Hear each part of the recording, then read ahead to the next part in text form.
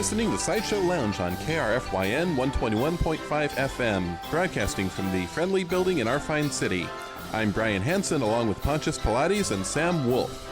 It puts the sideshow on its skin or gets the hose again. I'm Ponch Pilates. Call me Ponch. And I'm Sam Wolf, Prince of the Moon Men. No, you are not. Maybe, but I am from space. What are you babbling about? I'm from space, just like Bootsy and George Clinton. Your cats? Funk musicians. Sam, I will grant you that those guys are unique and flamboyant, but they're from Earth, just like you and Brian. That's not what they told... What did you say? Let's get on with it, gentlemen. We've got a lot to get to. Sorry. So, guys, KRFYN has a bit of news for you. Oh my God, we're fired. That's unfair. We were just hitting our stride. We were? You're not fired. The show hasn't been canceled, so no bad news. Now stop. Good. Well, I knew it. the bosses want us to know that for the next 2 weeks, SideShow Lounge is going to be broadcasting from the Extranational Space Station as a symbol of cooperation between the Flemish and Walloon. How exactly does this foster anything? I don't want to go. But I thought you were from space. Yeah, but not outer space, obviously. Brian, I'm with Sam. I don't think this is a good idea. Guys, you're being offered a great opportunity here. I'll go on one condition. Oh, let me guess. Crowns? How'd you know? Okay, if there'll be crowns. Just how do crowns convince you to go into space? Well, they're pointy, and we can be space kings, and that'll show those moon men who's boss. Well, okay, so every time I tell you two that we're going somewhere, you balk until I promise you can wear crowns. Now, I can see why Sam wants to have one, but Ponch, you're at least a little bit more sensible. Hey! I think. Thank you, Brian. So why do you want a crown each time? Well, actually, I'm yanking the jewels out of them and selling the stones online. Ah, clever. And the gold? I'm melting them down to make pants. Pants. Yes. Glorious golden pants that I can wear to every ball and cotillion. I want to be pretty, Brian. Pretty and admired. We'll be back after these messages. Breakfast is the time of day you want to fuel up for the challenges ahead. Wife, I'm feeling peckish after a night's restless sleep. Did you have nightmares again, husband? Yeah.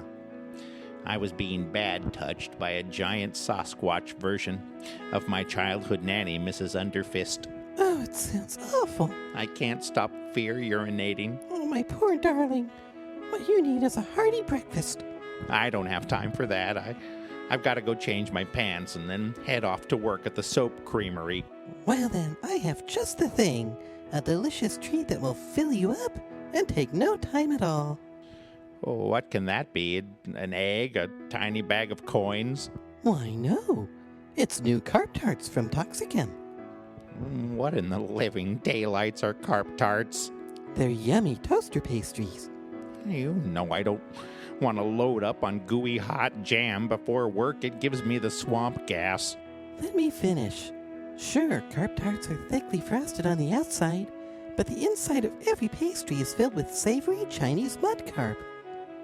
Sounds delectable. Give me some. Hold your horses, jackass. You've got a choice of flavors. But you said they were carp. And the outside of each carp tart is frosted in one of 4 scrumptious tastes. Tartar sauce, malt vinegar, hoisin, or brown sugar cinnamon. Wife, let me at that hot fish now. Maybe later, after your carp tarts. Carp tarts from Toxichem. Real in a case today, Wiener. Inside each of us is a weird little puppet, but that doesn't mean we know how to talk to it. And sometimes we keep our puppets on the outside in a box or display case, sitting there all creepified looking at guests with black, dead eyes. Would you want to say anything to that kind of deal? Me neither. But Ulysses Woodpile will. From out of the brown hills of Bev Ridge comes a man who can talk to a puppet like nobody's business. He's not afraid to tell Punch to stop hitting Judy. He'll jam his hand up your dummy and make him quit the murderous rampage. Hi, I'm Ulysses Woodpile. No, I'll take your little wooden friend from Dangerous Killer. Just simply foul-mouthed in one visit. I don't care if it's a marionette or tiny Jesus icon, I'll say the things that need to be heard. You have a puppet, and you want to share your home with it for some reason. I don't know. Why not make that living arrangement as evil-free as possible? I'm the puppet whisperer, and I can help you. With over 19 weeks of experience, Ulysses Woodpile is the man to call. Puppet, puppet, puppet, let me touch your puppet. I'll tell it what to do.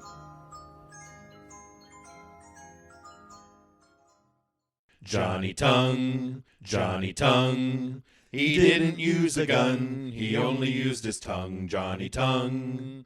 Yeah!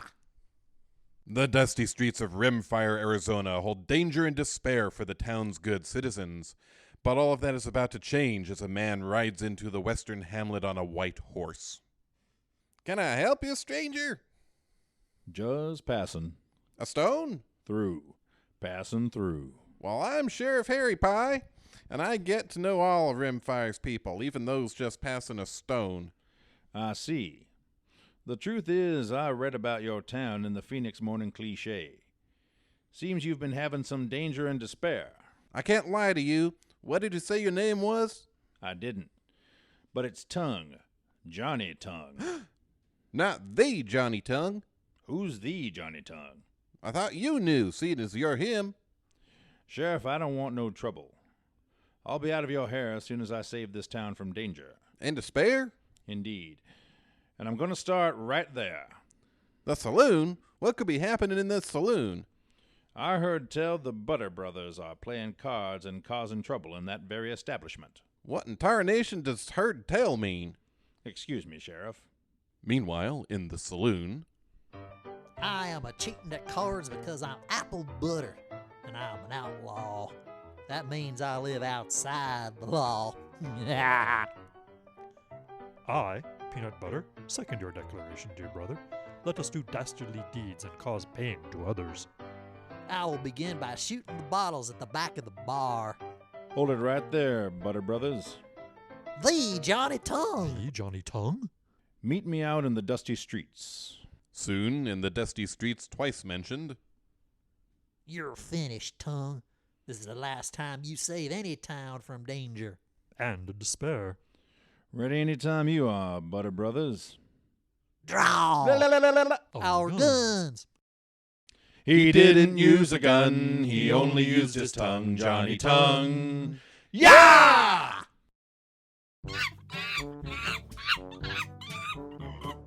Cornelius, sit still. I'm trying to shave your balls. You don't want to have hairy cubes at the gala, do you? What am I going to do? I think this shaving cream is burning his little nutsack. But I need to get him shaved for the party. Isn't there anything that can help? I'm at the end of my fucking rope. Stop your whining, you crazy bitch. You're the one who bought a chimp in the first place, and now you want to shave it? Regular shave soap is just going to piss him off. Why not try new monkey foam from Toxichem?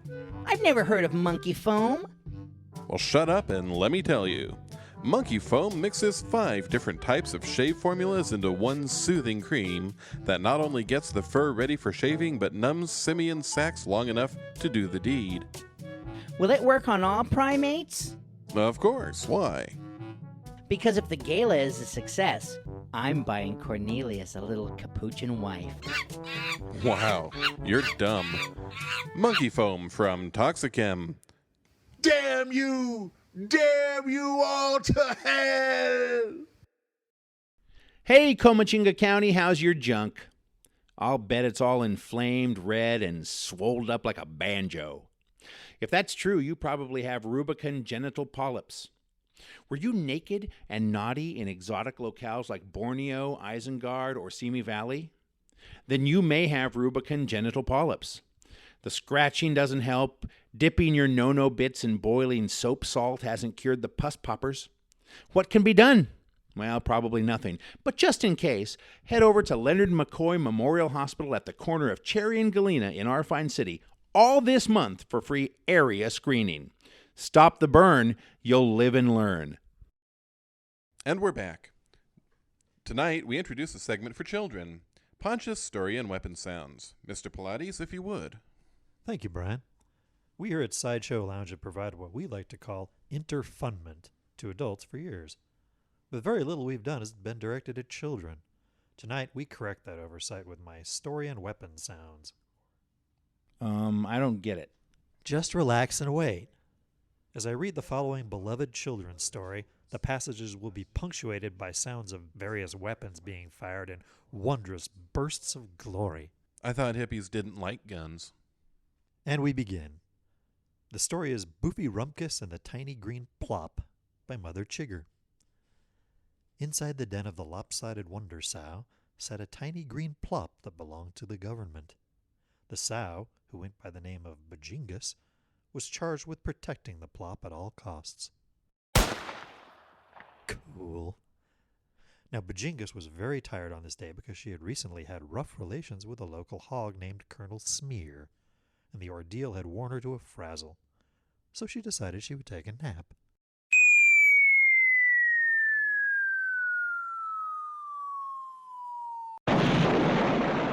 Bitchin'. Nobody says that anymore. As Bajingus slept, a mouse, whose poison sac had been donated to charity, sneaked into the sow's den and stole the tiny green plop and about a half a pound of horseradish. Then he crept away into the night as Bajingus slumbered. Ooh, I have one of those. Okay, back to the story.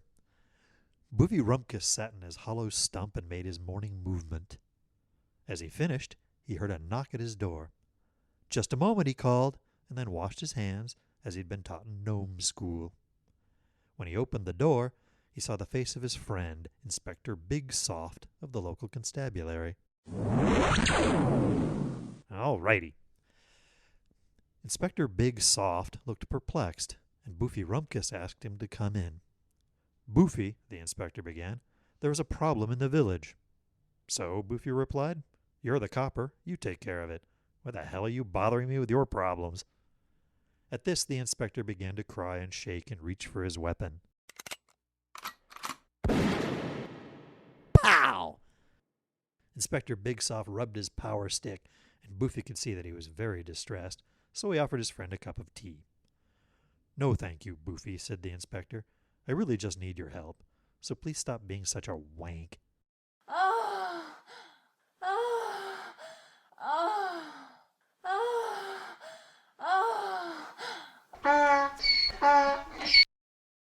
That is not right. Sounded okay to me. Boofy thought long and stiff about what the inspector asked, and finally agreed to help his friend. So they left the hollow stump and headed for the village. When they arrived in the square, they could see all the huts had been damaged by what could only have been robot zombies. Hey! Somebody rewrote this. There are no robot zombies in Boofy Rumpkus. Igor! It couldn't have been Igor, Brian. He doesn't know how to write. Yeah, but he has money. He paid you to rework my children's book? 11 taco coupons. Damn it, Sam! Okay, split them with me and we'll call it square. You can't split 11 coupons. Sure you can. 5 for me, 5 for Sam, and the 11th taco is a share. Yeah, we bite it together like in Lady in the... Stop! We can't see the title on the air. Damned oppressors. Hey, are we finishing the story or not? What would be the point? Yeah, and I've been reading ahead. There are a lot of uses of the phrase super bone time. What the hell does that have to do with robot zombies? Oh, Igor fell asleep while I was editing, so I took some liberties. I'm an artist. And gentlemen, I believe we are done for this week. This was a first edition, Sam. It still is. I'm Brian Hansen. I'm Sam Wolf. And I'm Ponch Pilates. Good night. Good night. Peep.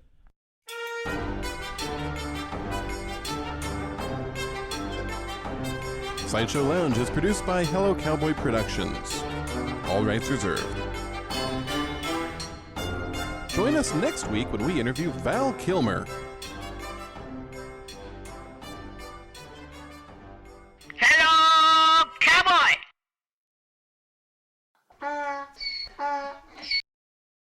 That is not right.